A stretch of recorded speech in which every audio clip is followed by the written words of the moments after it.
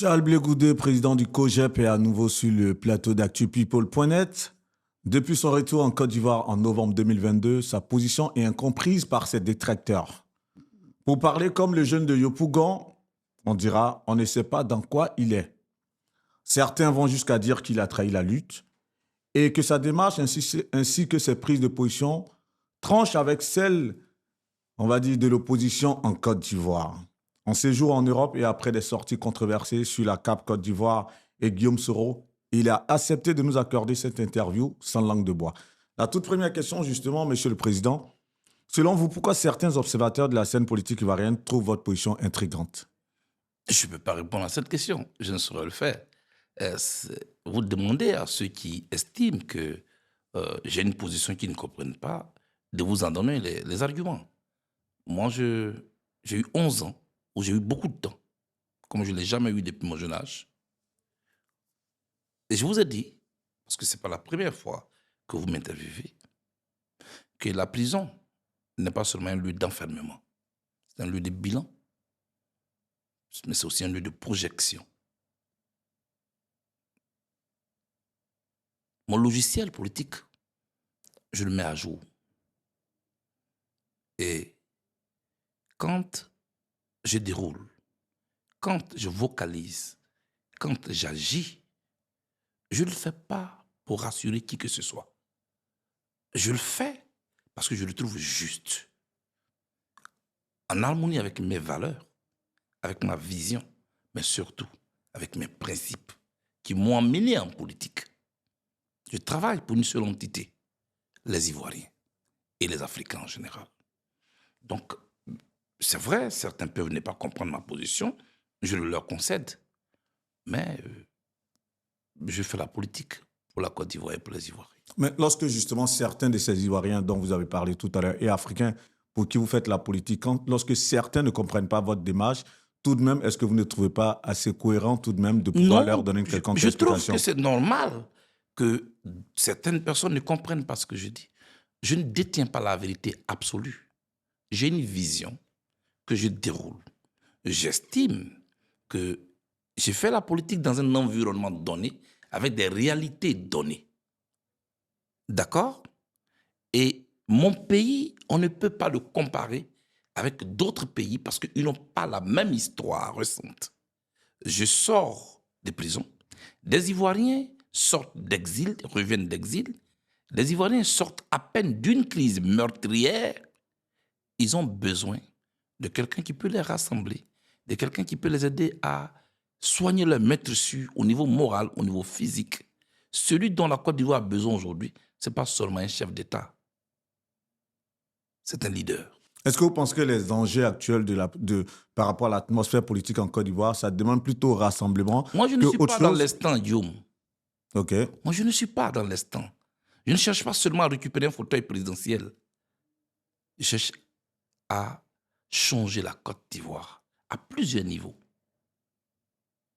Notre pays va prendre la route du développement, se positionner dans le concert des nations quand on aura des leaders politiques qui vont renoncer au capital et aux retombées des discours qui créent la division. On ne construit pas dans la division. Qu'est-ce que je vais vous dire? La vision que j'ai. Vous demandez si c'est le moment de rassembler? Oui, il faut rassembler d'abord avant d'avancer. Maintenant, vous me dites, qu'est-ce que vous ne comprenez pas? Comme vous discutez avec eux et que c'est à vous qu'ils ont dit qu'ils ne comprennent pas, dites-moi qu'est-ce qu'ils ne comprennent pas, je vais vous répondre. On va le dérouler. Voilà. Ça tombe Dites-moi bien. ce qu'ils ne comprennent pas. Ça tombe bien, d'autant plus que la problématique majeure de cette interview, ce sera la bonne foi des hommes politiques ivoiriens. Je vous pose la question dans sa globalité. Est-ce que vous pensez que les hommes politiques ivoiriens, toutes tendances confondues, sont de bonne foi? J'ai toujours respecté le droit des autres à avoir leur vision, à chercher leur chemin et à le trouver selon leurs valeurs, leurs principes. Et je ne veux pas m'ériger en juge de celui qui sait tout, de celui qui ne se trompe jamais et de celui qui trouve que les autres ont toujours tout faux. Mais ils n'ont raison que, ils ne sont bons que quand ils sont dans votre logique. Ce n'est pas ça. C'est que moi, j'ai comme idée de la politique ou alors de la démocratie. Les gens parlent de démocratie. On va mener la lutte, on va faire la démocratie. Dès que vous prononcez un seul mot différent de leur, vous êtes le diable. Alors moi je me dis, mais qu'est-ce que nous voulons bâtir alors? Si moi au contraire, demandez à mes collaborateurs. Je rencontre quelqu'un la dernière fois qui me dit, je vous prends mes excuses. Je dis, pourquoi? Il me dit, mais sur mon réseau, je dis ceci, cela sur toi. Alors, je voulais un peu le bloquer, mais moi, je n'ai pas écouté ça. Mais continue de dire, parce que toi, tu me permets de voir mes limites. Et à partir de ce que tu dis, moi, je me corrige. Celui même qui n'est pas d'accord avec moi, Guillaume Vergès, je me bats pour qu'il ait l'espace pour s'exprimer. Et on espère au sortir de cette interview que certaines personnes pourront être plus ou moins être d'accord avec vous parce que de toute façon, vous avez dit tout à l'heure, l'écho que certaines personnes s'en font, on fera ces échos-là sur ce plateau.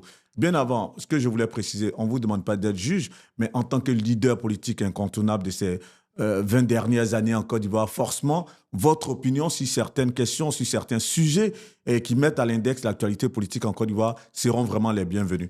On va commencer parce que tout à l'heure, j'ai parlé de la problématique. Oui, Guillaume, vous avez parlé de l'honnêteté. Ou de la bonne foi des leaders politiques. Certains vont vous dire, en politique, il n'y a pas de bonne foi. C'est ce qu'ils vont vous dire.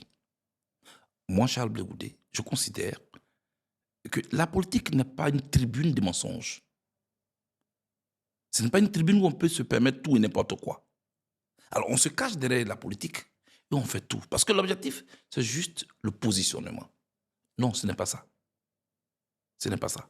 Donc, en déroulant justement cette problématique, si vous permettez, on va peut-être mieux comprendre. On commence par le président Alassane Ouattara. Lorsque je parlais de la bonne foi des hommes politiques en Côte d'Ivoire, lorsqu'il observe par exemple le silence, lorsque je parle du président Alassane Ouattara, lorsqu'il observe le silence face à tout ce tumulte portant sur la CI, portant sur des décisions de justice à géométrie variable, en déniant à Tidjane Thiam sa nationalité ivoirienne par exemple, est-ce qu'il est de bonne foi?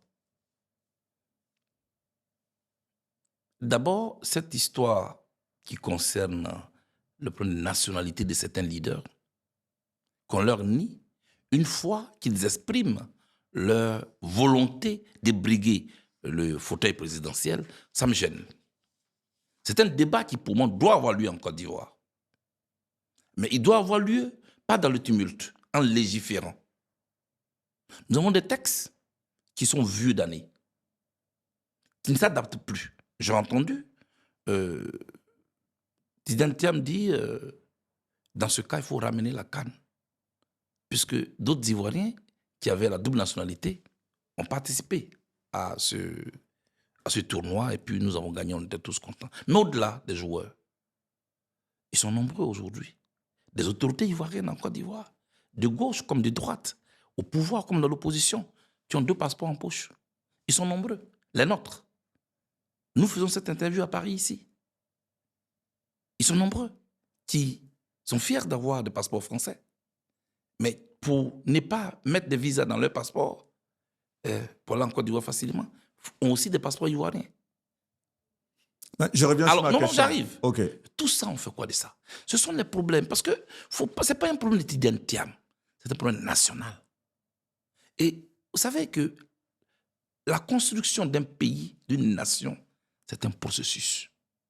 On constate que le texte qu'on a voté il y a des années n'est plus, ne matche plus, n'est plus en harmonie avec les réalités. Parce qu'il y a des gens qui sont nés, il y a des problèmes nouveaux qui explosent. Comment on adapte nos textes? Ce sont ces problèmes-là. C'est ce que j'appelle changer la Côte d'Ivoire en profondeur. Il y a des réformes à faire. Tout n'est pas que politique, mais il y a des réformes à faire. Pour les faire, il faut qu'on s'assied autour d'une table. Mais, ce que moi je demande depuis. Mais avant d'en arriver aux réformes dont vous parlez, je vous disais tout à l'heure, on prend de manière factuelle. Là, en ce moment, la Côte d'Ivoire est d'un bouillonnement. Et forcément, peut-être que le pouvoir en place ne s'en émeut pas. Mais aujourd'hui, ce qu'on demande, par exemple, au pouvoir en place, et pour reprendre un peu toutes les réclamations de l'opposition, c'est qu'on puisse réformer la CI, c'est qu'on puisse... Vous n'allez même pas me rappeler, c'est que moi-même, je rappelle chaque matin. Merci, mais justement, lorsqu'on voit le silence... Vous êtes journaliste, moi... Non, moi, on n'a pas dit que moi, je suis silencieux. Non, je dis lorsqu'on voit le silence du président Alassane Ouattara face à tout cela, est-ce qu'il y a de bonne foi? Voici ma question. Au-delà d'être de bonne foi, moi, je ne pose pas la question comme ça. Quand on est chef d'État et que votre pays sort d'une crise, et que tous les ingrédients sont réunis et que tout le monde dit attention, la météo politique n'est pas bonne. En tant que premier responsable du pays, vous créez les conditions pour savoir qu'est-ce qui ne va pas. Et comme vous en avez l'autorité, vous réglez ce que vous pouvez régler. Ce qui se passe en ce moment, révisitez toutes mes interviews depuis que je suis sorti de prison. Toutes les questions que vous soulevez en rapport avec la météo politique, inquiétante. Révisitez, M. Guillaume Vergès, toutes mes interviews depuis que je suis sorti de prison. Je dis, je suis inquiet. Que ce soit dans la presse internationale comme nationale, avant même que je rentre en Côte d'Ivoire, je dis, je suis inquiet pour la Côte d'Ivoire. Mais moi, j'entends ça. S'il vous plaît. Parce que tout ce qu'il y a eu comme ingrédient ayant conduit au conflit électoral en Côte d'Ivoire, tout est réuni. Alors, il faut faire en sorte que sans aller à une confrontation physique, on puisse avoir un accord minimal avant qu'on puisse aller aux élections. Sinon, on va droit dans le mur. Donc, il n'y a rien de nouveau pour moi. Ça, je l'entends. Mais lorsque la personne qui devrait apaiser la situation, qui est le premier magistrat de la Côte d'Ivoire, M. Alassane Ouattara, lorsqu'il entend tous ces cris de millions de personnes, il y a 28 millions d'Ivoiriens, il y a au moins peut-être 13, 14 millions qui sont en phase avec l'opposition. Vous tous qui êtes dans ce conglomérat qui demandait et que jusque-là, il n'y a aucun signe d'apaisement. Est-ce qu'il est de bonne foi? Je réponds encore ma question. Moi, je ne cherche pas à savoir si quelqu'un est de bonne foi ou pas. Ça change quoi? Ce que je cherche, c'est qu'on règle la question des Ivoiriens. Ce n'est pas parce que je serai devant vous que j'aurais dit que le président Ouattara est de bonne foi ou il ne l'est pas que la situation va changer. Ce qui est important pour moi, c'est le résultat que je cherche. Okay. Et le résultat que je cherche, c'est de faire l'économie, d'accord, de sang, c'est de faire l'économie des vies humaines et puis arriver à un minimum de consensus national avant qu'on ne parte aux élections. Ce qu'il faut créer aujourd'hui, c'est la confiance entre les Ivoiriens et leurs institutions. C'est la confiance entre les Ivoiriens et tout ce qui est censé être instrument pouvant les amener à s'épanouir. Je l'entends. Le président Alassane Ouattara, justement, pour poursuivre, en restant silencieux et laisser prospérer ses demandes, ses requêtes, est-ce qu'il n'est pas en train d'éloigner quelque part les Ivoiriens de l'essentiel? Parce qu'on débat, mais là, on a l'impression d'éloigner la classe politique ivoirienne de l'essentiel. Parce que la classe politique ivoirienne n'est fait que, on va dire, ressasser ces problématiques depuis de nombreux mois. Il n'y a aucun signe avant-coureur de dire que leurs demandes seront prises en charge. Le président, il laisse faire. Est-ce qu'il n'est pas en train d'éloigner la classe politique ivoirienne de l'essentiel? Ça peut être sa stratégie à lui. Parce que n'oubliez pas que nous sommes dans une compétition de quelqu'un qui a le pouvoir et qui ne veut pas le laisser. Tout pouvoir que vous voyez partout, les gens veulent le conserver. Sauf que c'est les moyens de conservation qui posent problème. Vous conservez le pouvoir par rapport à ce que vous réalisez. Parce que l'élection n'est qu'un carrefour d'évaluation. C'est un processus de choix où des gens qui vous ont confié leur vie, Satan, leur éducation, leur économie, leur santé, et j'en passe, vous donnent 5 ans pour réaliser ce qu'eux, ils espèrent. Quand vous ne le faites pas, 5 ans après, il y a un rendez-vous qui est l'élection. Et donc, cette population a l'opportunité d'évaluer ce que vous aviez promis faire. L'avez-vous bien fait? Elle vous renouvelle sa confiance. Ne l'avez-vous pas fait? Alors, elle vous retire la confiance et elle la donne à tout le monde. Monsieur Guillaume, voilà comment moi, Charles Blé Goudé, je conçois la vie politique et la démocratie. Maintenant, si le président Ouattara ne le fait pas, qu'il les éloigne de leur réalité ou ce que vous appelez de l'essentiel, c'est à eux, lors des élections, de choisir quelqu'un d'autre qui peut tenir compte de leur réalité et de leur essentiel. Voilà ma vision. Maintenant, est-ce qu'il éloigne l'opposition ivoirienne de l'essentiel? Il appartient à l'opposition de savoir faire la différence entre le périphérique et l'essentiel, en mettant une stratégie en place pour aller à l'essentiel et focaliser et la population et l'opposition, et l'opinion sur l'essentiel. Et tous ces débats qui se mènent autour de cette thématique, de ces revendications, toujours dans les médias, hein. Aujourd'hui, ça fait les choux gras de tous les médias. Est-ce qu'au final, pour vous, ces débats ne sont pas futiles? Quel débat? tous ces débats autour de l'éligibilité, de ceci, cela, alors qu'on sait que de manière, avec une bonne dose de bonne foi, c'est des débats qui n'avaient même pas lieu d'être, parce qu'il suffit aujourd'hui d'une décrispation que le président Alassane Ouattara change la CEI, qu'ils permettent à tous ceux qui sont écartés de la liste électorale de se présenter et qu'on en a fini. Est-ce qu'au final, tous ces débats, ce n'est pas des débats futiles? Mais vous ne faites que répéter ce que moi je dis. Le porteur du dialogue en Côte d'Ivoire, c'est moi. On n'est pas deux, c'est moi. C'est moi qui ai toujours dit, asseyons-nous autour d'une table pour régler tous ces problèmes. Tous ces problèmes d'éligibilité, tous ces problèmes de la CEI, tous ces problèmes du découpage électoral. Je dis, je n'ai pas besoin de me bomber la poitrine pour le dire. Je le dis calmement, pourtant, on dit la même chose. Sauf que, pour certains, quand tu n'écris pas pour le dire, c'est que tu ne le dis pas. Moi, je ne veux pas qu'on retienne mes cris. Je veux plutôt qu'on retienne le fond de ce que je dis. C'est pourquoi je suis calme et je le dis. Et c'est pourquoi j'invite les autorités autour d'une table. Que toutes les forces vives de la nation s'asseyent. C'est comme ça qu'on bâtit une nation. Mais celui à qui on demande ça, cette personne, au final, n'a même pas encore réagi quelque part. C'est pour ça que je vous disais tout à l'heure, est-ce que cette personne a de bonne foi? La réalité des faits, c'est ça. Depuis des mois, toute l'opposition dit à M. Alassane Ouattara, on veut aller à la table de négociation. Et jusque-là, rien. Mais dites-le et assumez-le. Dites-le. Que quoi? Qu'est-ce que vous voulez dire? Que quoi? Mais c'est pas à moi de dire. Mais c'est à qui de le dire? Mais en réalité, si moi je dois le dire, il n'a pas de bonne foi. Voilà, donc je le dis ouvertement. Dites-le. Parce que c'est ça, en fait. Parce que n'est pas, en tout cas, parce qu'on a l'impression. Voilà, là, je prends votre place. Oui, mais moi je le dis ouvertement. Vous êtes le politique. Je le dis ouvertement, mais vous, en tant que leader d'opinion et en tant qu'homme politique, si vous le dites, ça a une résonance beaucoup plus particulière que ma modeste voix. Mais je suis en train de vous dire que ce qui est important pour moi, ce n'est pas de dire que quelqu'un est de bonne foi ou il est de mauvaise foi. Ce que je dis, c'est qu'il y a des problèmes, on doit les régler. Et pour les régler, je ne veux pas braquer celui avec qui je vais discuter contre moi avant d'aller discuter. Parce qu'une table de négociation, c'est une table de donner et recevoir. Je ne viens pas pour vaincre quelqu'un. Je ne viens pas pour dire que quelqu'un est de mauvaise foi. Qui va accepter qu'on dise qu'il est de mauvaise foi? Ce que je cherche, c'est que les conditions soient créées au niveau psychologique, que les esprits soient disposés pour qu'on discute. Mais si avant d'aller à une discussion, je braque déjà mon interlocuteur, on ne va pas avoir un bon résultat. Je ne cherche pas à être un champion de celui qui accuse les autres. Ce que je cherche, c'est qu'au bout du compte, j'ai le résultat. Que les élections aient lieu dans des conditions bien. Bien. Deuxièmement, que la question de ceux qui ont été radiés de la liste électorale soit résolue. Parce que pour moi, il faut que la compétition ait lieu. Donc, il ne faut pas priver certains partis politiques, s'il vous plaît, de leurs champions. Ça, c'est ma position. Moi-même, je suis concerné. Pour le faire, j'ai besoin de créer un environnement de discussion. Moi, j'ai étudié la gestion des conflits. Donc, je n'ai pas la même démarche que les gens. C'est pourquoi je n'écris pas. C'est pourquoi je ne juge pas l'autre avant que lui et moi on s'asseye.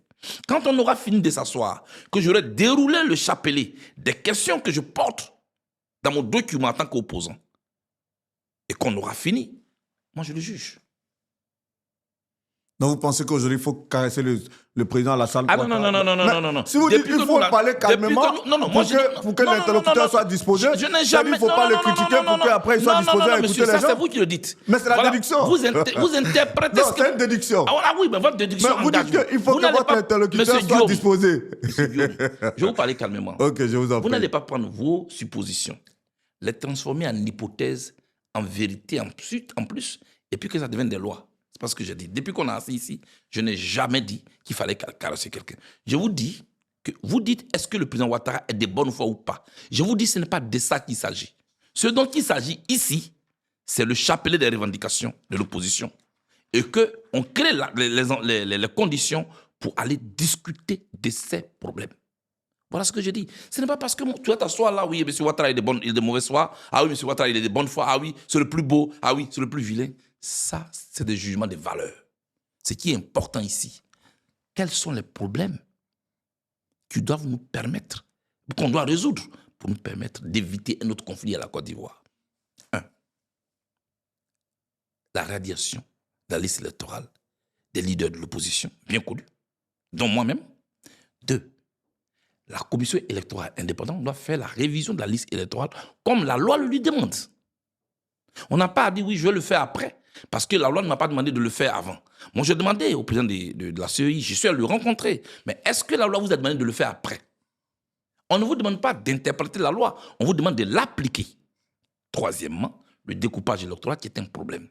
Et puis quatrièmement, M. Guillaume, Tout ce que vous posez comme problème, moi, je l'ai posé depuis 2009. Est-ce que vous le savez? Non, c'est ça. Je peux vous en donner la vidéo. J'entends Non, bien. non, C'est vrai j'arrive. que les Non, enjeux du laissez-moi- moment demandent laissez-moi peut-être aller d'autres éléments de langage, certainement. Non, laissez-moi aller jusqu'au bout.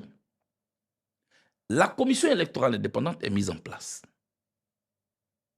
Elle admet en son sein des partis politiques en compétition. Lesquels partis auxquels on demande de s'asseoir, choisir parmi eux quelqu'un qu'on élit et qui est le président de la commission, et c'est eux qui vont organiser les élections. Je dis, mais quelle est cette trouvaille bizarre? Je l'ai dit en 2009, même sous le président Gbagbo. C'est-à-dire que quand mon mentor était au pouvoir, que cette trouvaille nous a été proposée, j'ai dit, c'est dangereux. C'est le même mal qu'on traîne jusqu'à aujourd'hui. Je peux comprendre qu'en ce moment-là, il y avait des partis en conflit qu'il fallait mettre en confiance. C'est derrière nous. La Côte d'Ivoire n'est plus en conflit. Il faut lui donner un instrument électoral véritablement indépendant. Exclure les partis politiques de la commission électorale, la confier à des techniciens. D'abord, avant, faire appel d'offres. En définissant le profil de celui qui va être à la tête de la commission. Et puis, par appel d'offres, on discute. On met une commission en place pour pouvoir passer en revue les différents documents qui vont être déposés. Et puis, celui qui aura retenu, celui qui a été retenu, est à la tête de la commission. Maintenant, les partis politiques peuvent être membres de la commission électorale, mais en tant qu'observateurs, juste pour suivre leurs intérêts à eux. Bon, il y a même des candidats qui peuvent être indépendants. Ils ne sont même pas prévus à la CEI. On fait comment? Vous voyez, c'est de tout cela que moi je parle. Ce sont des problèmes trop sérieux. Donnons à notre pays une commission électorale dans laquelle tout le monde a confiance. Et pour moi, ni plus ni moins, les partis politiques doivent être exclus. Mais on n'est pas souvent conséquent avec nous-mêmes. Tantôt on est sorti de la commission électorale, tantôt on revient, tantôt on veut plus de nombre que les autres. Ce n'est pas une question d'une commission équilibrée. Moi, je ne veux pas de ce terme. Il faut une commission indépendante. C'est quoi une commission équilibrée? Moi, j'entends la contradiction interne dans les revendications souvent de l'opposition. Ça, c'est pas là le souci. Le sujet quoi de le toutes souci? Non, je viens. C'est pas le sujet. C'est quoi le souci? Non, je viens. J'entends les contradictions. Hein. Ces contradictions, elles sont là. Mais s'il y a une revendication aussi au niveau de l'opposition ivoirienne, c'est celle de savoir que le président Alassane Ouattara, après 3 mandats, devrait quand même pouvoir laisser sa chance à une nouvelle classe politique en Côte d'Ivoire. Est-ce que vous êtes en phase avec ça? Mais je le dis même pour tout le monde. Oui. Je dis, laissez même là... Avant le 3e mandat, nous nous sommes battus pour plusieurs choses. J'étais étudiant, c'est vrai, mais j'étais dans ce combat aussi. Et j'ai fait la prison aussi pour ce combat, pour le vote à 18 ans. Qui portait cette revendication? Il s'appelle le président Laurent Gbagbo. Le bulletin unique, qui portait ce combat? Il s'appelle Laurent Gbagbo. D'accord? Et puis, la limite d'âge, qui portait ce combat? Il s'appelle Laurent Gbagbo. La limitation des mandats. Pour moi, il faut d'abord reconnaître ce combat au président Laurent Gbagbo. Si je peux vous parler aujourd'hui, en tant que quelqu'un qui a un parti politique différent des autres, je le dois au Front populaire ivoirien d'antan et à son leader. Je ne me limite pas là. Mais la limite d'âge à 75 ans, c'est un autre combat, non? Jusqu'à ça a été même constitutionnalisé. Pourquoi on l'abandonne aujourd'hui? Mais parce que nous, on était en prison. Oui. Quand le président Ouattara et le président Bédié s'entendent dans notre dos. Tout à fait. Pour pouvoir faire sauter cette clause-là. Mais quand nous, on revient, ce n'est pas de l'accepter. C'est de continuer notre combat. Pour leur demander de le remettre. On ne l'avait pas fait pour nous. On le fait par principe. Parce que c'est notre vision. Parce que c'est notre combat. Mais aujourd'hui, tu ne peux même pas en parler. Vous allez voir après cette interview. Mais justement, c'est parce que vous n'en parlez pas. Laissez-moi terminer, s'il vous plaît. Vous allez voir qu'après cette interview, parce que j'ai parlé de la limite d'âge, qui n'est pas de moi, je vous mets au défi, dans vos commentaires, les gens vont m'attaquer. Ils vont dire tout sur vous parlez de Gbagbo. Vous voyez, c'est cette manière de mêler Gbagbo à tout, à n'importe quoi, c'est un problème finalement. Donc on ne peut plus réfléchir. Je suis heureux que vous puissiez revenir sur ces choses, sur ces amalgames souvent. Donc ce sont des amalgames. Voilà, ça c'est important. On le porte par principe. On ne le porte pas parce que soit on n'en bénéficie pas ou on en bénéficie. Moi, je reviens de la CPI. Je dis, mais qui a fait sauter le verrou de la limite d'âge? Pourquoi? Et pourquoi? Alors, je remobilise mes troupes pour repartir au combat, pour qu'on remette ça. Parce que j'estime que c'est ce qui est bien pour la Côte d'Ivoire. La même chose. Moi, j'étais en prison quand ils ont fait le référendum pour la Constitution. La deuxième constitution de, je sais pas, de... J'ai dit, c'est dangereux. Je l'ai dit. Pourquoi on n'a pas fait une modification et on a fait un référendum, pardon. Parce que la modification de la Constitution nous maintenait dans la même République. Le référendum nous remet dans une autre République. Là encore, il y a des leaders politiques aujourd'hui qui ont soutenu cette constitution. Ils nous ont même dit, oui, on a vu la constitution en Algérie, on a vu la constitution dans tel pays, tout était bien.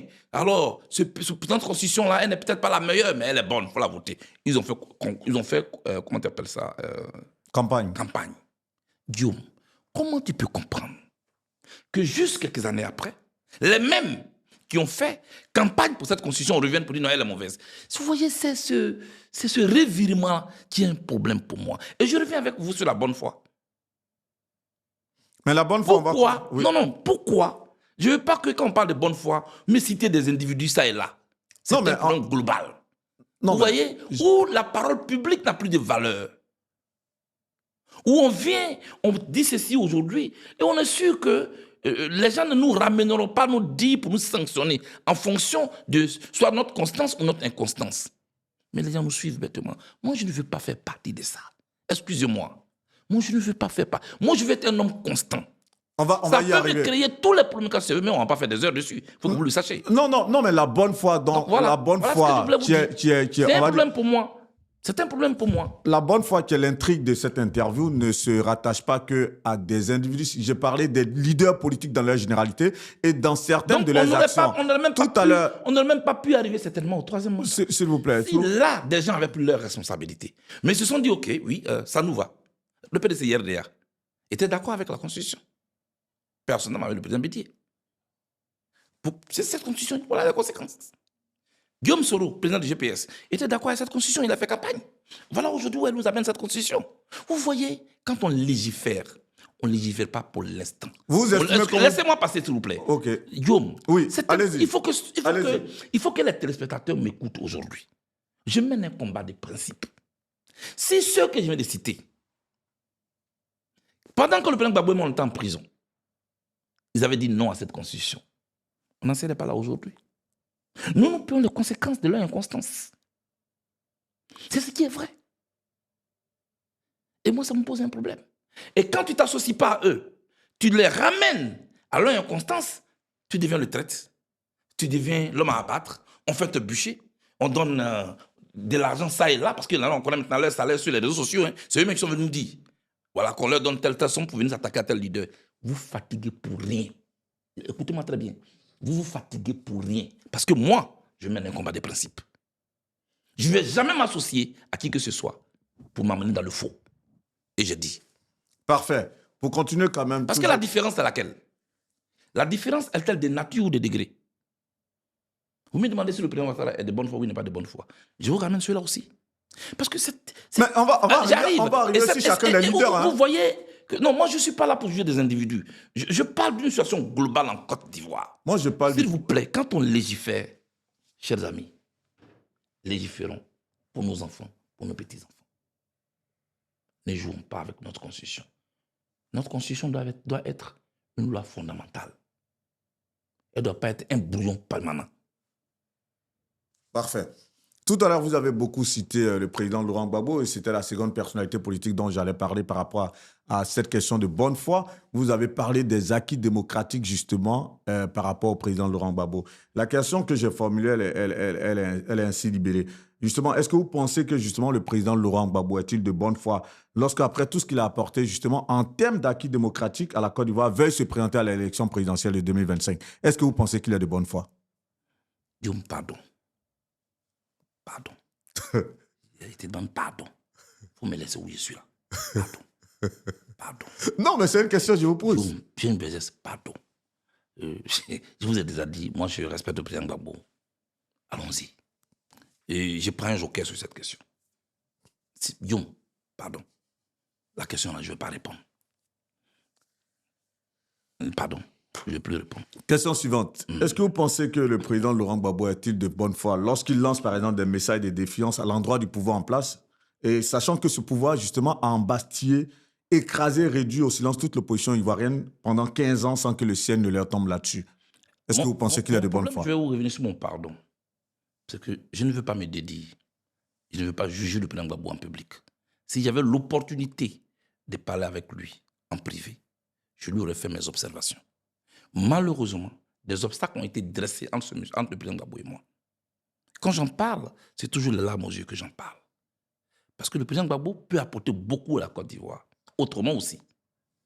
Vous comprenez ce que je veux dire?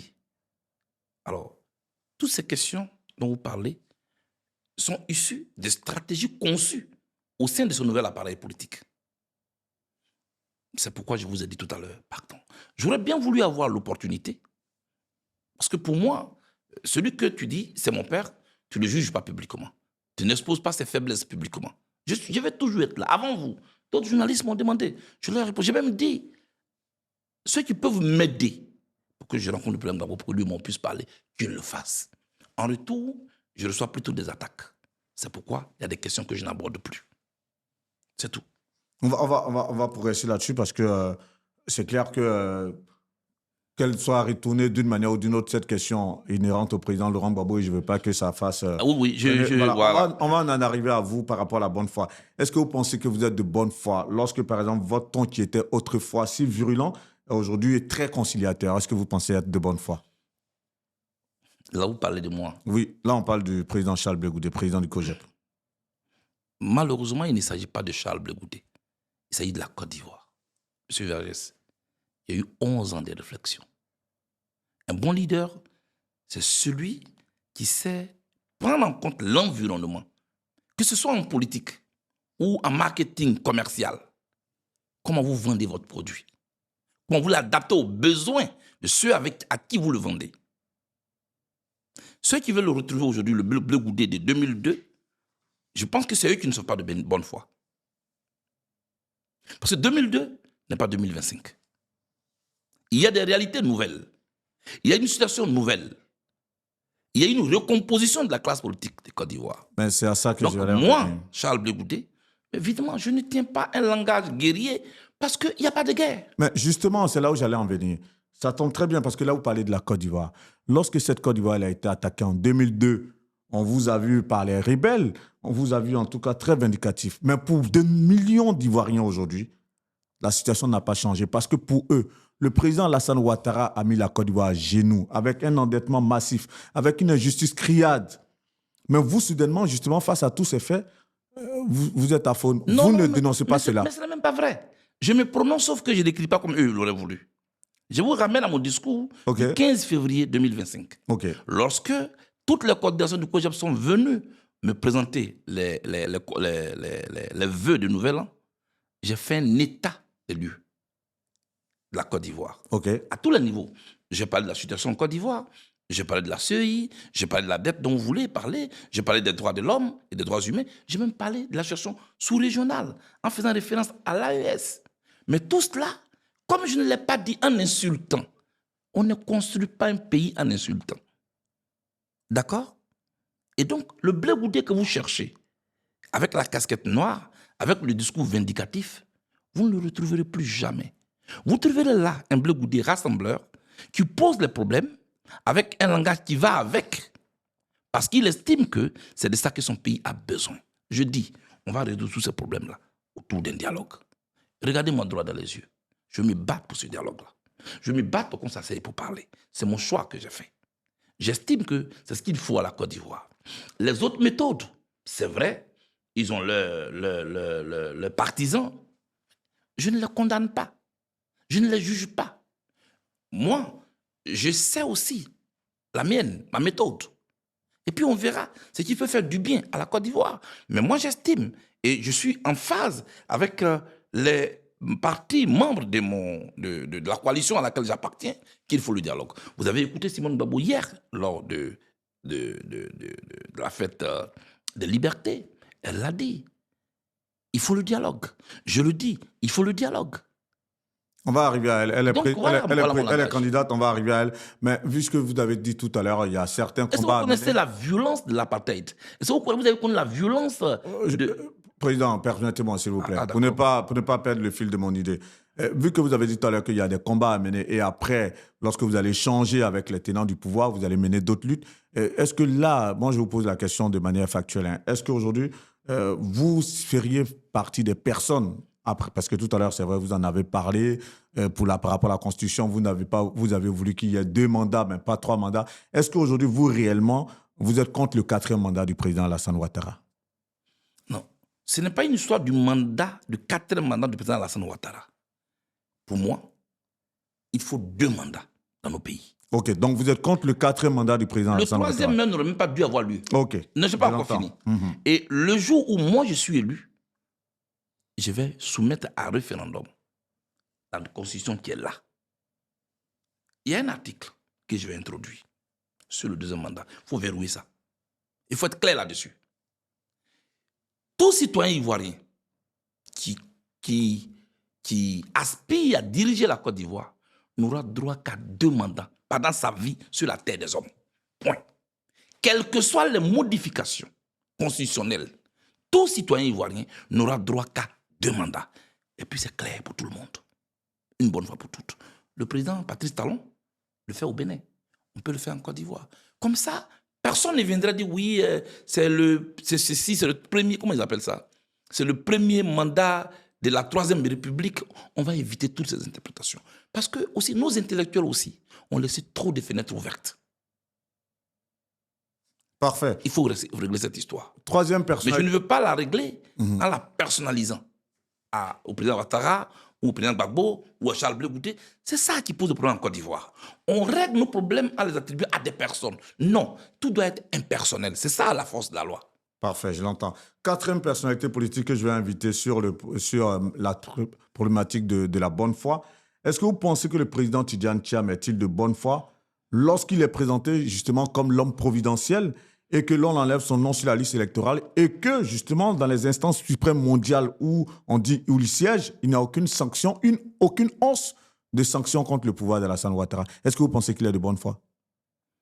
Non, mais est-ce que c'est parce que les réseaux dont on dit qu'ils diffusent ne se mettent pas en branle pour sanctionner et favoriser sa candidature qu'on peut dire qu'il n'est pas de bonne foi? Oui. Non, ce n'est pas lui qui dirige ces organisations dont vous parlez. Justement, j'ai posé cette Il question. n'est pas en capacité, il n'est pas en capacité de décision. Mais vous pouvez être mon ami à moi et vous pouvez ne pas agir en ma faveur. J'ai posé cette question Parce que vous êtes ami à moi, mais votre pays a des intérêts. Mais j'ai posé cette question à dessein. En 2011, lors de la crise post-électorale, lorsque le Conseil constitutionnel donne le président Laurent Gbagbo gagnant et qu'après, la commission électorale qui n'est même pas habilitée donne le président Alassane Ouattara gagnant, on a vu après toutes les résolutions au niveau de l'ONU qui ont réhabilité le président Alassane Ouattara et on a vu les embargos contre les médicaments. Ça a montré que quoi? Il avait des réseaux. Il a montré toute sa bonne foi dans ce sens. Aujourd'hui, on a le cas du président Tidjane Thiam. Il est dans toutes les grosses instances mondiales. On enlève son nom de la liste électorale et il n'y a rien. Rien. Est-ce que vous pensez qu'il est de bonne foi? Non. Vous posez mal la question.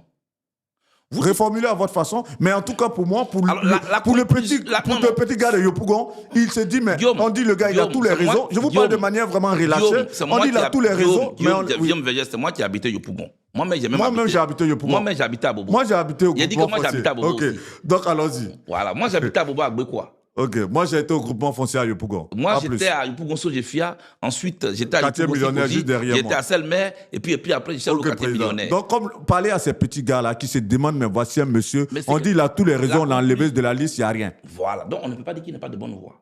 La conclusion que vous pouvez tirer, laissez-moi. Ok, allez-y. La conclusion qu'on peut tirer, est-ce que ces réseaux existent vraiment? Voilà ce que vous devez dire. Ok. Voilà.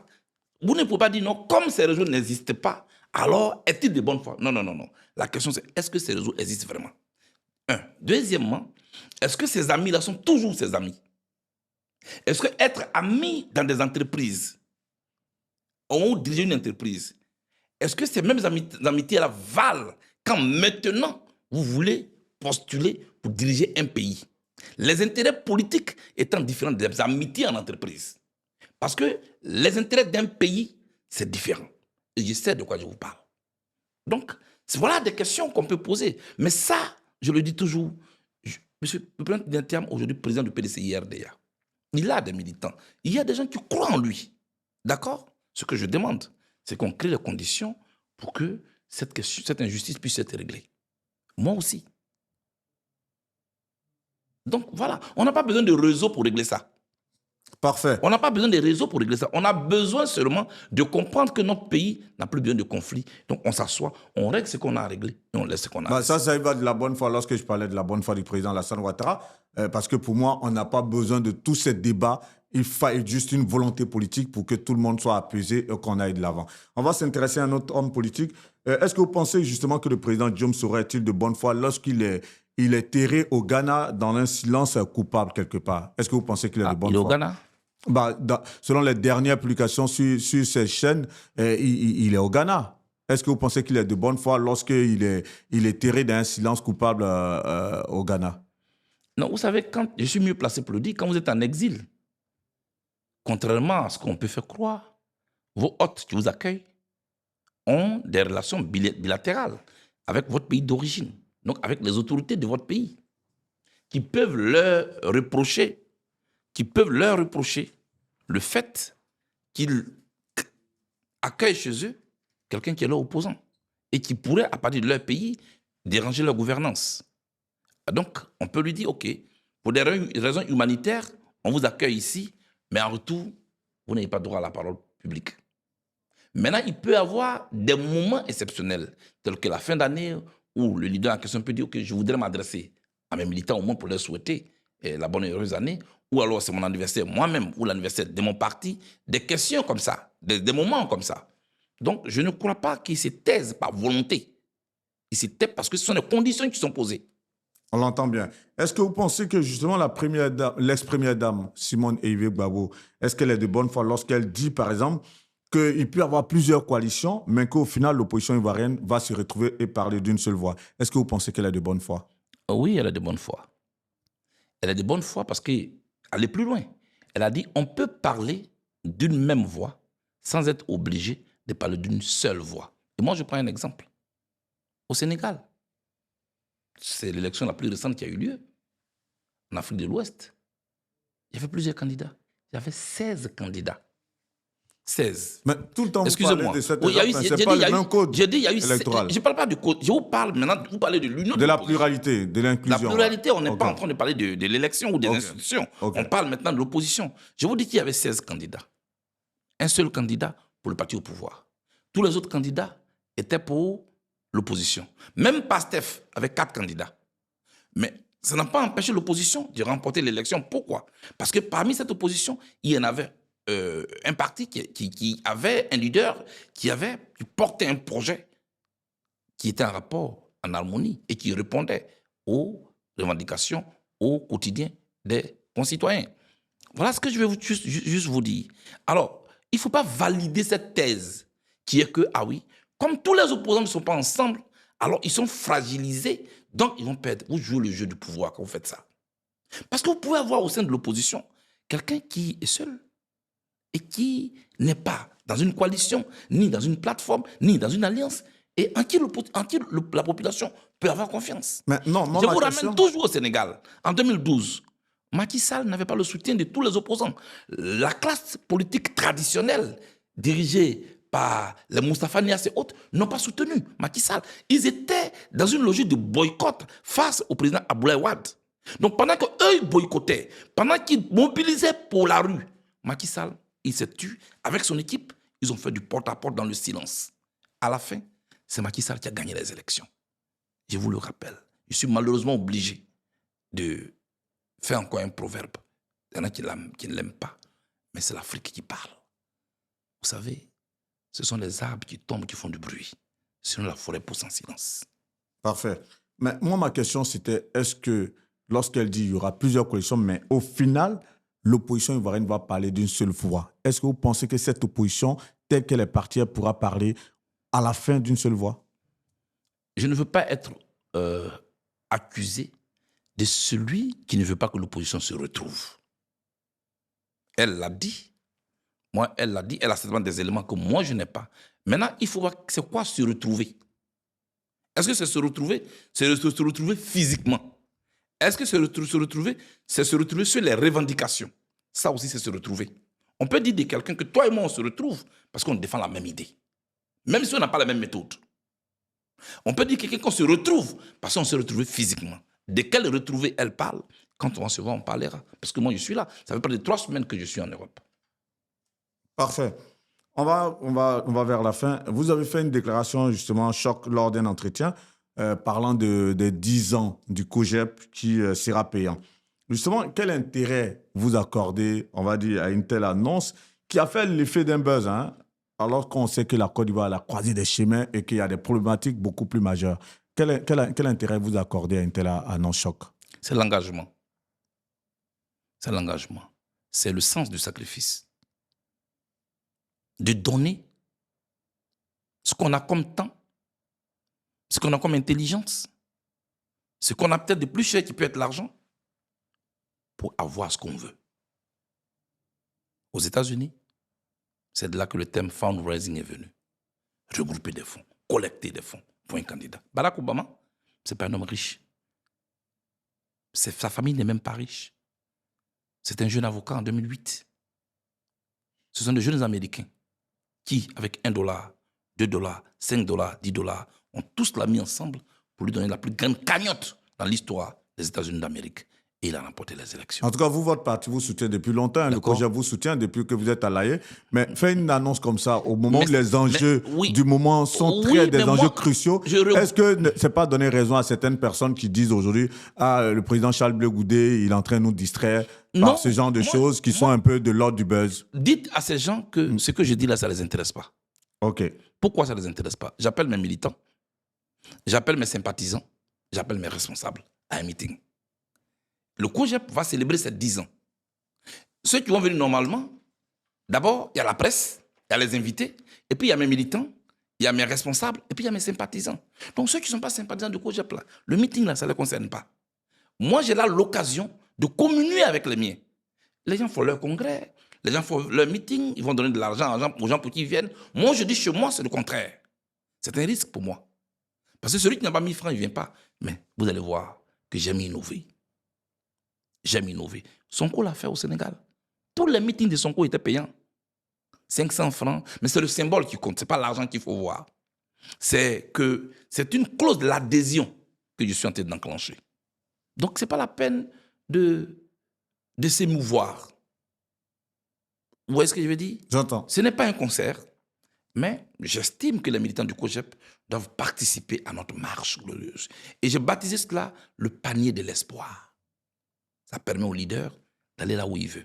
Les gens se demandent, mais comment il fait pour payer ses billets d'avion alors que ses comptes sont gelés? D'abord, ceux qui disent ça, je n'ai pas de compte à leur rendre. Mais là-dessus, le ministre Touré Mamadou a dit qu'il y a certains leaders qui ont vu leur compte dégelé, mais dans la confidentialité, n'ont pas voulu que cela soit... Moi, j'étais encore là quand il le disait. Que cela soit rendu public. Oui, il l'a dit aussi récemment. Oui, mais ce n'est pas de moi qui parle. Puisque moi, je suis toujours en train de dire que c'est faux. Donc, ils sont là libres de dire non. Votre compte est-il gelé? Non seulement mon compte, il est gelé, mais le compte de mon assistante même est gelé. Donc, vous n'êtes pas dans la clause de confidentialité avec... Mais je le dis, elle a 36 000 francs CFA sur son compte. Son compte est gelé. Le mien, il est gelé. Non seulement mon compte est gelé, je suis encore condamné à 20 ans. Je suis radié de la liste électorale. Guillaume, c'est là que je vois l'ingéniosité de mes contradicteurs. Ah non, c'est un traître. Il est avec le pouvoir. Pendant qu'eux, ils jouissent tout du pouvoir, et ils ont été réintégrés dans leurs fonctions. Leurs comptes sont dégelés. D'accord? Ils voyagent comme moi. D'accord? Et moi, je suis radié de la liste électorale seulement avec le président Gbagbo. Si on prend la grande famille pour Gbagbo. Parce que moi, je n'ai pas une autre grande famille. Ma grande famille, c'est la famille pour Gbagbo. C'est une réalité. Et personne ne peut me nier ça. Le premier pro Gbagbo en Côte d'Ivoire, après Gbagbo Laurent, il s'appelle Charles Blé Goudé. Le président... Attends. Il faut que ce soit très clair. Parce que les gens, ils confondent tout. Il y a les nouveaux amoureux du président Gbagbo là. Est-ce qu'ils savent ce qu'on appelle soutenir un leader? C'est le soutenir et assumer la relation que vous avez avec ce leader pendant que le lion crache du feu. Le lion ici, c'est la Cour pénale internationale qui condamne les gens à 50 ans. Ça, vous l'avez toujours dit. S'il vous plaît. Non, mais les gens semblent ne pas le comprendre. Okay. Donc, je le dis aujourd'hui. Maintenant, le problème qu'il y a, le président Gbagbo et moi, si jamais il y en avait un, je vous l'ai dit ici, aux gens de Soro Guillaume, là, ça ne les concerne pas. Voilà. Le problème qu'il y a, le président Gbagbo et moi, c'est le amour Gbagbo, là, c'est qui?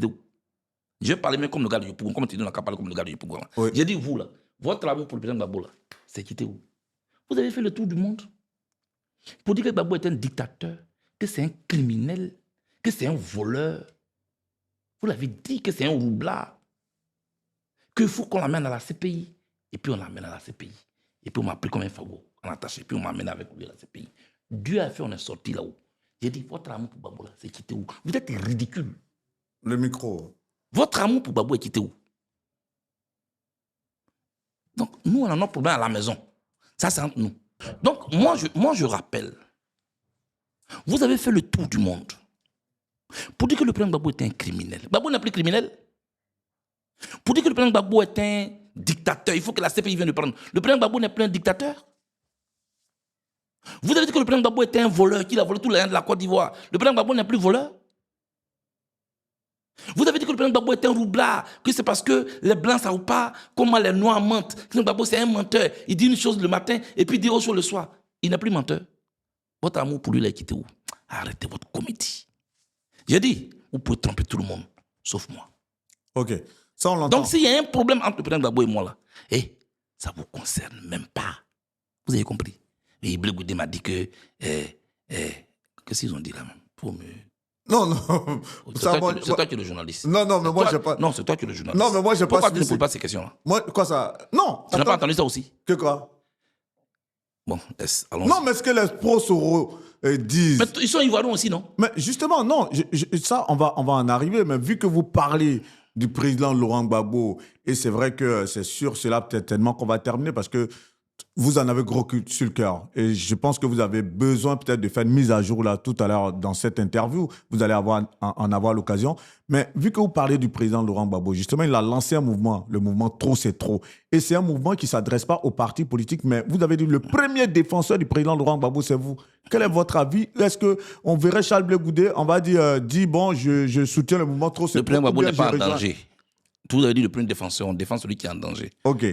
Mais aujourd'hui, quand il dit trop, c'est trop, et qu'il ne peut pas laisser passer le 4e mandat du président Alassane Ouattara, c'est-à-dire que la Côte d'Ivoire, elle est en danger, et que lui, il est en train de porter cette voix. Pourquoi on ne voit pas le président Charles Blé Goudé porter cette même voix dans le mouvement Trop, c'est trop, par exemple? Mais Guillaume, moi, je porte cette voix aussi. Sauf que je la porte différemment. Mais pourquoi ne pas la porter dans Trop, c'est trop?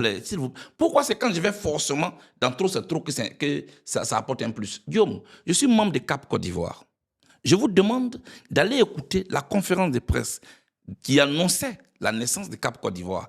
Vous allez voir tous les points que notre porte-parole, la présidente Simone Evé Gbagbo, a égrenés. Ce n'est pas différent. En ce moment, il n'y avait pas de mouvement Trop, c'est trop.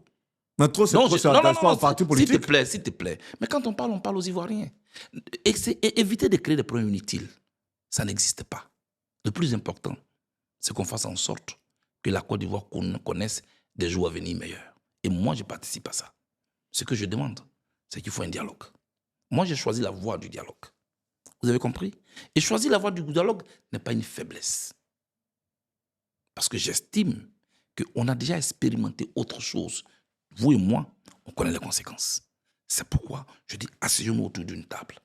Et il faut convaincre nos partenaires extérieurs. Il faut convaincre le parti, le RHDP et tout le monde pour dire asseyons-nous. Et moi, je suis content qu'on commence à nous asseoir. Donc, moi, je me bats pour taper à toutes les portes pour qu'on puisse s'asseoir. Et je suis content que Cap Côte d'Ivoire est dans cette logique. Cela dit, je ne condamne pas les démarches des autres. Vous savez, je dis chacun a le droit de chercher son chemin. Le problème ici, c'est que tout le monde pense que tout le monde doit dire la même chose au même moment. Tout le monde pense que tout le monde doit faire la même chose au même moment. Ce n'est pas ça la politique. Il y a ce qu'on appelle le principe et il y a ce qu'on appelle les modalités. J'ai passé tout mon temps dans les syndicats. Le principe, est-ce qu'on est d'accord qu'il faut qu'on réintègre les leaders politiques qui ont été radiés? Est-ce qu'on est d'accord qu'il faut réformer la CI? Est-ce qu'on est d'accord qu'il faut faire la RLE? Est-ce qu'on est d'accord qu'il faut faire le découpage électoral? Vous comprenez ce que je veux dire? Je vous suis. Maintenant, comment l'obtenir? Ça, c'est la modalité. Donc, la différence qui est dans le comment s'appelle une contradiction secondaire. La différence qui est que, non, moi, je ne veux pas qu'on fasse la lutte électorale alors que l'autre le veut. Là, en ce moment-là, c'est une différence de principe. Or, je ne crois pas qu'il y ait une différence de principe. C'est la modalité, les moyens d'action qui peuvent être un problème. Est-ce qu'on a besoin de se bagarrer pour ça? C'est une absurde de tous les sujets qu'on se bagarre. Pour une dernière fois, ne m'opposez pas au président Laurent Gbagbo. Non, c'est pas Non, notre je ne but, parle pas hein. de vous. Voilà. Non, je prends votre micro pour parler. Ok. Je ne parle pas de vous. Pour une dernière fois, ne m'opposez pas au président Laurent Gbagbo. Ça ne sert à rien. Ça ne sert à rien. Parce que ça ne portera à rien. Vous pouvez bâcher du blé goudé. Vous pouvez l'écraser, faire 1000 panels sur lui. C'est pas ça qui va changer la Côte d'Ivoire. Tout à l'heure, vous m'avez dit... Voilà ce que je voulais vous Vous dire. m'avez dit tout à l'heure, mais ces Ivoiriens qui disent ça, qu'est-ce qu'ils disent? Les Ivoiriens qui disent ça, par exemple, certains, outre la méthodologie dont vous avez parlé tout à l'heure aujourd'hui, certains jeunes qui voient le président Charles Blé Goudé comme l'avenir, ils estiment aujourd'hui que face à des problèmes cruciaux, face à des enjeux, que les éléments de langage qu'ils attendent du président Charles Blé Goudé pour dénoncer, on va dire, les problèmes actuels, ce n'est pas ces éléments de langage qu'il a. Guillaume, ils se sentent trahis, ces millions d'Ivoiriens. Dites-leur qu'ils sont trop jeunes. Ils sont trop jeunes. Ces éléments de langage-là, je les ai utilisés. C'est quoi le résultat? Le leader le plus populaire d'Afrique à la Coupe pénale internationale, sans que le programme pour lequel il s'est battu toute sa vie soit appliqué. Alors que, qui peut comparer Laurent Gbagbo dans une compétition, qui peut se comparer à Laurent Gbagbo dans une compétition de popularité en Afrique en son temps-là? Après lui, qui mobilisait tous ces jeunes-là par millions? Aujourd'hui, on parle de lui, on avait 100 000 personnes, 200 000 personnes. Moi, je mettais les millions de personnes dans la rue. Mais là, votre détracteur, vous aviez les moyens de l'État. S'il vous plaît. Non, allez-y. S'il vous plaît. Allez-y. Ceux qui venaient, ils marchaient pour venir. Le premier meeting du 2 octobre 2002, allez réviser. Tous ceux qui venaient, ils marchaient de Yopougon, de Koumassi, et ils marchaient pour le parti. La sono était même inaudible. Vous avez compris ce que je vous dis? Ces jeunes-là étaient déterminés pour leur patrie. Ça nous a amené où après? C'est pourquoi je me pose. Et je vous regarde, c'est pourquoi je me pose. Je vais faire les choses autrement pour aboutir au même résultat. Le même résultat, c'est de faire en sorte que notre pays là soit positionné. Qu'il y ait un changement en Côte d'Ivoire un jour. C'est lent, c'est long, et je peux vous comprendre. Mais ça évite de faire couler une seule goutte de sang des Ivoiriens. Non, je ne suis pas celui qu'on vous a décrit. Non, je ne suis pas le monstre qu'on vous décrit. Je suis très fidèle à mes convictions. Sauf que ce que vous me demandez maintenant, je ne peux pas le faire. Pas parce que j'ai peur de quoi que ce soit. Non, moi je ne connais pas la peur. Mais parce que je veux que mon pays soit compétitif demain. Ne jugez jamais quelqu'un sans l'avoir entendu. Vos impressions ne sont pas la vérité. Martin Luther King n'a jamais pris un seul fusil. Évidemment, ceux qui m'accusent ont le comportement de Malcolm X face à Martin Luther King. On l'accusait d'avoir eu une cardiaque de la part du système américain qui opprimait les Noirs. Mais l'histoire est tenue qui aujourd'hui?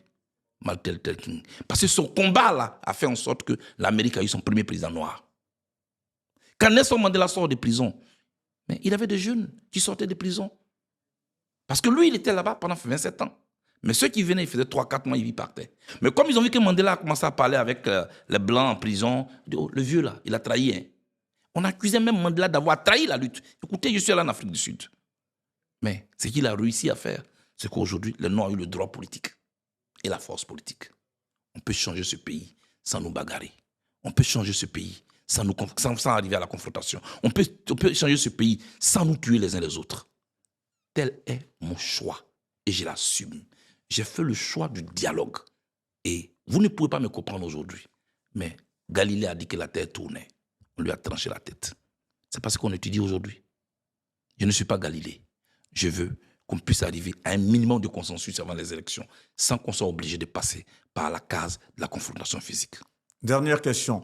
Nous sommes aujourd'hui le lundi 7 juillet 2025. Nous sommes à Paris. Déjà, merci encore une fois de plus d'être passé sur le plateau d'actupeople.net. Avant cette interview, je le disais en introduction tout à l'heure, vous avez ouvert des fronts lors de votre intervention. Vous avez dit que vous n'avez pas été consulté par la base par rapport à la CAP Côte d'Ivoire. Ensuite, non, je n'ai pas dit la base. Non, vous n'avez pas été consulté par le PDCI du moins, par le PDCI avant d'intégrer la coalition, le Front commun avec le PPACI. Vous avez aussi dénoncé cette alliance ou le fait que Guillaume Soro rejoigne son bourreau d'hier, je vais dire ça comme ça. Aujourd'hui, nous sommes à Paris, après que vous ayez ouvert ces deux fronts. qui aujourd'hui font feu de tout bois sur les réseaux sociaux et vos détracteurs se multiplient de milliers en milliers. Si vous avez un message très fort à adresser à toutes ces personnes qui, quelque part, pour qui vous êtes incompris, et ce serait ma dernière question pour mettre fin à cette interview. Merci Guillaume. Je vais d'abord commencer par le PDCI-RDA, qui est un partenaire avec lequel on a eu des bons moments lors des dernières missions de mobilisation pour le meeting du 31 mai dernier. Moi, je ne suis pas en conflit avec le PDCI-RDA. Je ne veux même pas être en conflit avec le PDCI-RDA. Je le dis du fond du cœur. Du fond du même cœur, je n'ai pas été content qu'un partenaire avec lequel je suis, pendant qu'on est en train de faire une mobilisation, qu'on est dans une lancée, on a fait des mobilisations ensemble et on a fait un bon meeting à la place Figayo. Yom, quand nous avons annoncé ce meeting, que de pression, que de menaces. Mais je n'ai pas bandé les muscles. J'ai utilisé la méthode pour convaincre, pour rassurer. Et puis ce meeting a eu lieu. Pourquoi je fais ce rappel? On a vécu aussi des moments de stress ensemble. Donc, je leur demande de me comprendre aussi que pendant que nous sommes en train de faire cela, sans un seul mot, j'apprends comme tout le monde sur les réseaux sociaux que mon partenaire est dans une alliance. Je ne juge même pas le fond de l'alliance, mais la forme me pose problème. Je n'ai pas ce droit-là. Je dis, c'est comme si on est assis ensemble sur un banc. Tu es assis à l'extrémité, moi ici à l'autre extrémité. Avant de te lever, dis-moi au moins que tu vas te lever. Seulement le banc, il tombe avec moi. C'est tout ce que je dis, et puis ce débat, il est clos. Vous dites là que, par exemple, parce que vous étiez en Après moi, oui. M. Lamoussa Dienko, qui est passé sur les antennes d'une chaîne ivoirienne tout récemment, si vous voulez, je peux citer la chaîne. Oui, il n'y a aucun problème. Sur Live TV, dans le talk. Mais Herman Aboua lui a posé la question. Parce que les gens pensaient que c'était moi seul à qui cela causait un problème. Mais lui, il allait plus loin que moi. Il a même relevé d'autres faits, sur lesquels je ne vais pas revenir ici. Mais c'est un fait. Mais pour moi, ça, là, c'est derrière nous. On ne va pas en faire un conflit. Oui, avant de parler... Je respecte leur choix, je respecte leur démarche. J'ai dit simplement, ils auraient pu me dire au moins. C'est tout. C'est pour ça qu'on a besoin de s'insulter. Non, je tout à fait. Avant de parler du second front avec Guillaume Soro, vous nous dites là que au moment où le PDCI était en train de préparer les accords pour le fonds commun avec le PPACI, c'est vrai que le président Tidjane Thiam étant en Europe, que par exemple le député, l'honorable Diaoufé, avec qui vous formiez ce tandem, ne vous a pas soufflé à l'oreille à président Charles Blé Goudé, nous allons faire un fonds avec le PPACI. Ça n'a pas été le cas? Ne créez pas de problèmes inutiles. Non, au moins, lui, il était avec vous. Oui, il a fait toutes les marches avec vous, toutes les mobilisations avec vous. Ne créez pas de problème au président, à l'honorable Diaoufé, que j'aime bien. Hein. Voilà. Ce n'est pas un décideur au PDCI-RDA. Ce n'est pas lui qui a mené les négociations. Voilà. Mais je n'ai jamais eu un tel débat avec lui. Et ce n'est pas de ça que je parle. Si c'est les Philippe avec lui aussi. Oui. Quand nous avons ce qu'on appelle la conférence des présidents au sein de Cap Côte d'Ivoire. Après, il y a le secrétariat permanent qui regroupe les secrétaires généraux. Mais les présidents des partis ou leurs représentants, nous avons des réunions très stratégiques. On aurait dû nous informer. Personne n'a été informé de cela. Mais ça, on ne va pas en faire une bagarre. Je l'ai juste dit. Ça aurait été vous, j'allais vous dire Guillaume même. Pourquoi vous ne m'avez pas dit? Je vous prends le cas de Herman Aboua. Il a signé avec nous à Cap Côte d'Ivoire. Le lendemain, son patron l'a interpellé. Pour lui dire, tu as le choix entre ton travail et Cap Côte d'Ivoire. Il travaille à la FTV. Mais il nous en a parlé. On a trouvé la formule. Il est allé parler à la présidente Simone Gbagbo. Il est allé parler aux autres avant de faire sa déclaration publique pour quitter Cap Côte d'Ivoire. Vous avez vu qu'il n'y a pas eu de vague à ce niveau parce qu'on a été informé. Ça peut exister. Parce qu'à Cap Côte d'Ivoire, chaque parti politique conserve sa liberté d'action. Donc, on respecte ce que le PDCI peut entreprendre comme démarche pour le PDCI-RDA, dans l'intérêt du PDCI-RDA. Sauf que nous disons, non, pas été informés.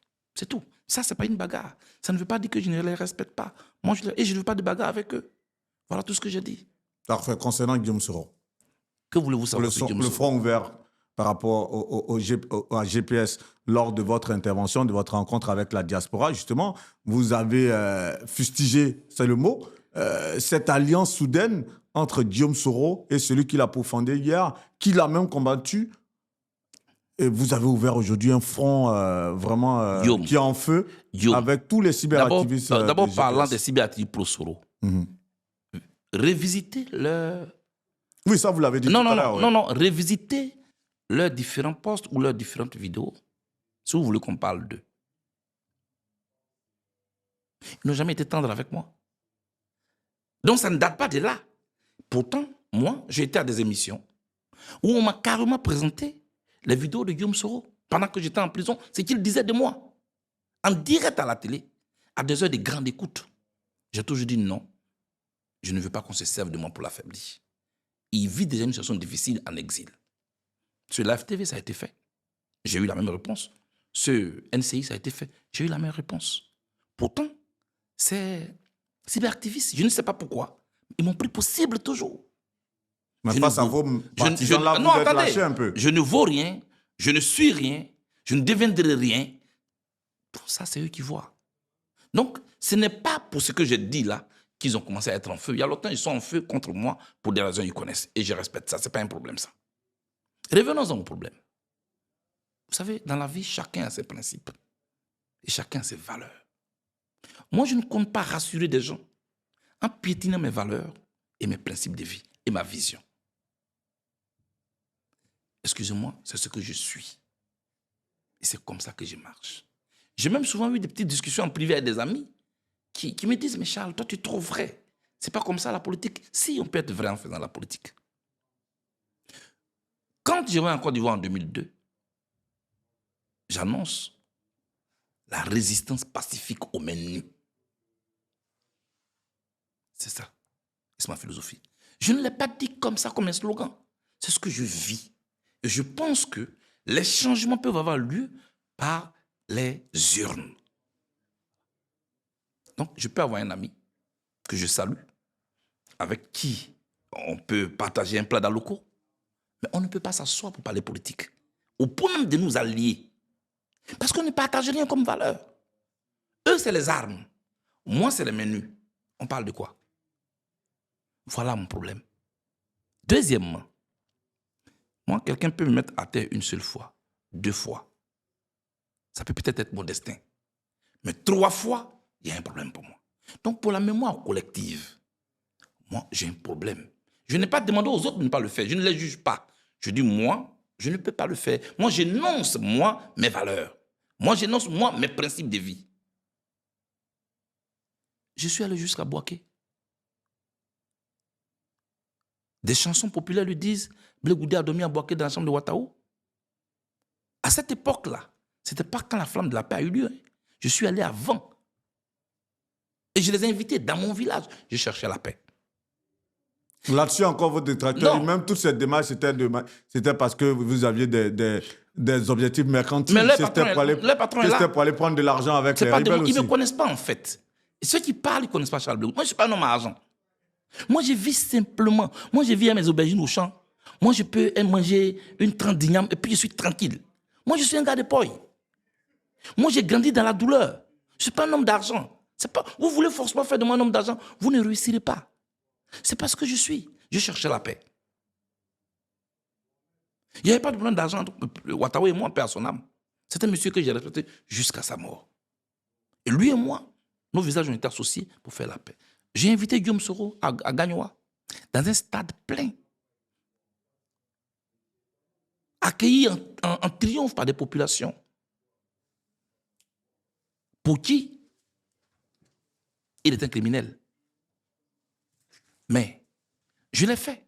Tout ça pour la paix. Souvent même contre la vie de mes partisans. Mais parce que je voulais la paix. Guillaume, on va même jusqu'à Boaké pour incinérer quoi? Les armes devant toutes les caméras du monde. Et je dis, devant toutes les caméras du monde, on brûle les armes. Un accord est signé. Guillaume Soro fait Premier ministre. Mais pendant que nous, on pensait qu'on était dans la paix, qu'est-ce qui s'est passé? En 2011, les armes qu'ils ont pris pour nous combattre, c'est quitté où? Puisqu'on a fini de brûler les armes. Et le président Gbagbo, on le prend, on le jette en prison, à la Cour pénale internationale, comme un vulgaire criminel. Je partage cette douleur avec lui. Aujourd'hui, votre conscience n'accepte pas cette Et on alliance. sort de là. Moi, je veux que le président Gbagbo, il pardonne, c'est lui. Mais moi, Charles Blé Goudé, j'ai aussi pardonné. On m'a opposé quoi? Le fait que j'ai reçu Guillaume Soro à La Haye. Mais bien sûr, moi, je peux le recevoir. Je n'ai pas dit que je ne parle pas avec Guillaume Soro. Je dis que les méthodes de lutte n'étaient pas les mêmes. La vision n'était pas la même. Moi, c'est le menu. Ça, je ne peux pas m'asseoir pour une salle. Mais vous avez pardonné, mais vous fustigez aujourd'hui son alliance avec le président Laurent Gbagbo. Non, je ne fustige pas là. J'ai dit, moi, Charles Blé Goudé, mes principes m'interdisent de faire une alliance politique avec lui. Parce que pendant qu'on est en train de s'allier là, c'est ce qu'il fait. Guillaume Soro a trompé tout le monde. Excusez-moi. On dit que c'est le premier ministre neutre qui organise les élections. C'est vrai ou c'est faux, Guillaume? Vous êtes ivoirien. Lorsque vous êtes vu à deux à La Haye... Non, c'est vrai ou bien c'est faux? Non, c'est vrai. C'était le premier ministre neutre. Tout à fait, c'est ce qui était dit. Et qu'est-ce qui s'est passé après? Quelques années après, ici à Paris, dans un cabaret, dans un café, il a dit que lui, il était dans un deal, dans un contrat avec le président Ouattara, qui devait lui donner la vice-présidence du RHDP. Il dit le poste était réservé pour lui. Ce n'est pas moi qui parle. Deuxièmement, que deux mandats après, le président Ouattara allait donc lui permettre de lui succéder à la tête. Comme ça n'a pas été fait, il est fâché. Il dit que ces accords ont été signés devant Blaise Compaoré et devant un imam qui était leur témoin. Donc nous, on découvre là qu'en réalité, le premier ministre neutre qui devait organiser nos élections qu'on nous a présentées, en réalité, était dans un schéma avec nous. Ça a créé quoi? Des milliers et des milliers de morts. Je ne retourne plus là. Moi, je ne retourne plus là. Guillaume, c'est mon ami, on peut se parler tout. Mais de là à nous asseoir pour faire un schéma, on dit oui, on n'a qu'à faire le Ouattara d'abord, puis envoyer. Peut-être que même avant qu'on ait le Ouattara, la première balle, la main, c'est pour moi. Et la mort, là, c'est parce qu'on ne voit pas que ça nous surprend. Voilà. On aurait pu parler avec vous des heures et des heures. C'est toujours un plaisir de vous retrouver sur le plateau d'ActuPeople.net. La toute dernière question, c'est la troisième voie. La dernière fois, après vous allez me dire je suis dans les déductions, mais j'ai cru vous entendre lorsque vous parliez comme si cette troisième voie, vous alliez l'intégrer. Lorsque vous parlez de cette nouvelle classe qui est incarnée aujourd'hui par l'honorable Assalé Tchomoko et l'ancien préfet d'Abidjan, Vincent Toby Irié, est-ce qu'on vous verrait faire une coalition avec ces deux figures aujourd'hui qui incarnent le renouveau dans le giron politique ivoirien? D'abord, moi, je vais les féliciter. Je félicite l'ancien préfet d'Abidjan, qui m'a pris en amitié. Et je le félicite ici. L'honorable le préfet Toby Vincent. C'est quelqu'un de droit que je voulais saluer ici. Et annoncer la candidature pour briguer ce mandat-là, ce n'est pas pour être chef de classe, hein. Ça peut être président de la République de Côte d'Ivoire. Je pense que c'est quelqu'un qui ne fait pas les choses au hasard. Je voudrais ici le féliciter. À sa suite, je vais féliciter l'honorable Tchomoko Assalé, qui m'a fait l'honneur de m'inviter à la célébration de l'an 1 de son mouvement ADCI. Et c'est à cette occasion-là qu'il a annoncé sa candidature. Voyez-vous, moi, la mienne est empêchée par une radiation de la liste électorale. Il y en a qui disent, mais écoutez, regardez-le, il est trop heureux. Ça dit que sa candidature ne lui dit rien, justement parce que je ne réduis pas tout à ma personne. Voilà la différence entre eux et moi. Ceux qui disent ça, je veux dire. Mais Assalé, je le félicite. Et la voie qu'ils sont en train d'emprunter n'est pas une voie à négliger. C'est une voie à encourager. C'est une voie à saluer. Ça sonne comme un autre son de cloche dans cette Côte d'Ivoire des clans qu'on veut nous présenter et qu'on veut nous imposer. Non, on ne construit pas dans les clans. On reviendra certainement à la Côte d'Ivoire de la République. Mais bon, je n'en dirai pas plus. Parce que nous ne sommes qu'au début. Mais j'aurai le temps de rentrer en Côte d'Ivoire puisque ils ont fait d'abord, chacun a annoncé sa candidature. Après, ils ont fait une conférence de presse commune. Mais moi, j'ai eu le temps de les féliciter au téléphone, tout comme sur ma page Facebook. Et j'aurai le temps de rentrer en Côte d'Ivoire pour prendre langue avec eux puis parler avec eux. Vous me l'avez déjà dit, c'est vrai, hein, lors de l'une des interviews que vous m'avez accordées, vous avez accordé à ActuPeople.net, vous avez dit aujourd'hui vous alliez au RHDP, ce serait régner vos valeurs politiques. Et tout à l'heure, lorsque vous étiez en train de parler de personnes qui se disent, bon, vous êtes heureux, même si votre candidature n'est pas validée, que vous êtes rallié de la liste électorale, il y a beaucoup justement qui sous-tendent, on va dire, cette posture par le fait qu'il y aurait un deal caché qui verrait demain, par exemple, le président Charles Blé Goudé, une fois le RHDP à nouveau au pouvoir, être ministre du président Alassane Ouattara ou bien d'un candidat RHDP. Est-ce que ce serait possible dans la configuration politique actuelle en Côte d'Ivoire? Ce serait possible de voir le ministre Charles Blé Goudé être joint ministre du RHDP? Avant ça, il faut aussi ramener à ces mêmes personnes ce qu'elle disait pendant que même j'étais à La Haye. Vous savez que pendant que j'étais même à la recherche d'un passeport, que j'étais bloqué à La Haye, quelqu'un qui était passé pour être un dieu et dont les propos étaient comme des propos bibliques, Chris Yapi en son temps, C'est ça. disait que Charles Blé Goudé va intégrer le gouvernement Ouattara en 2020, juste après les élections. Regardez. Ça, c'est vrai. J'ai mis ma caméra. Mes amis ont dit non, il ne faut pas lui répondre ici. Parce que là, il piétine ma dignité. Il y a des choses que je n'accepte pas. Chris Yapi, je vous donne rendez-vous après 2020. Le gouvernement sera formé. Et si je n'y suis pas, j'espère que vous aurez le courage de venir dire que vous avez menti. Le gouvernement a été formé. Est-ce que j'y suis? Je ne suis même pas membre des cabinets même d'un président des régions. Et je suis là. Mais on veut forcément me lier à ce que je ne suis pas. Guillaume Vergès, je suis président du COGEP. Je suis en train de construire mon parti. Comme le président Ouattara a construit le RHDP, comme le président Oufo-Boigny a construit le PDCIRDA, comme le président Gbagbo a construit son équipe, je veux me construire. C'est cette liberté-là qui est un problème pour moi. Les gens disent qu'ils mènent un combat de liberté et de démocratie, mais ce sont les plus grands dictateurs que moi j'ai jamais connus. Parce que quand on voit ce qu'ils font là, c'est la dictature de la pensée. Pourquoi ils peuvent dire d'un leader politique, ah oui, non, comme il parle. Non, je ne réduis pas tout à ma personne. Vous avez parlé du président Saleh Temoko. J'y étais, je l'ai applaudi. Quelqu'un d'autre se serait assis là, non, c'est un rival. Ah non, il va prendre ta place. Je n'ai pas de place à prendre. Je ne cherche pas de positionnement. Le RHDP 3 Je ne cherche pas de positionnement. Je suis déjà positionné. Écoutez-moi très bien. Je ne cherche pas de positionnement. Moi, ici, déjà positionné. Avant, je parlais pour qu'on m'entende. Maintenant, je parle pour qu'on me comprenne. Est-ce que vous pensez qu'aujourd'hui, on vous a compris lors de cette interview? J'espère que les gens comprendront que non. Parlez doucement. Parlez pour convaincre avec argument. Posez un problème en ne se tapant pas la poitrine ne fait pas de vous un traître. L'histoire l'a démontré. Comprenez-moi, je ne suis pas votre ennemi. Je vois seulement les choses autrement en voulant sauver des vies humaines, celles des Ivoiriens. Merci. Merci au président du COGEP, M. Charles Blé Goudé. Merci encore une fois de plus d'avoir accepté de nous accorder cette interview. Ce n'était pas évident avec votre programme chargé, surtout que vous êtes à la veille de votre départ en Côte d'Ivoire. Mais on a pris plaisir encore une fois de plus à échanger avec vous. Ce que je retiens et ce que peut-être certaines personnes vont pouvoir retenir de cette interview, c'est que le président Charles Blé Goudé répond de son destin. Il souhaite que l'on comprenne ses positions, ses opinions.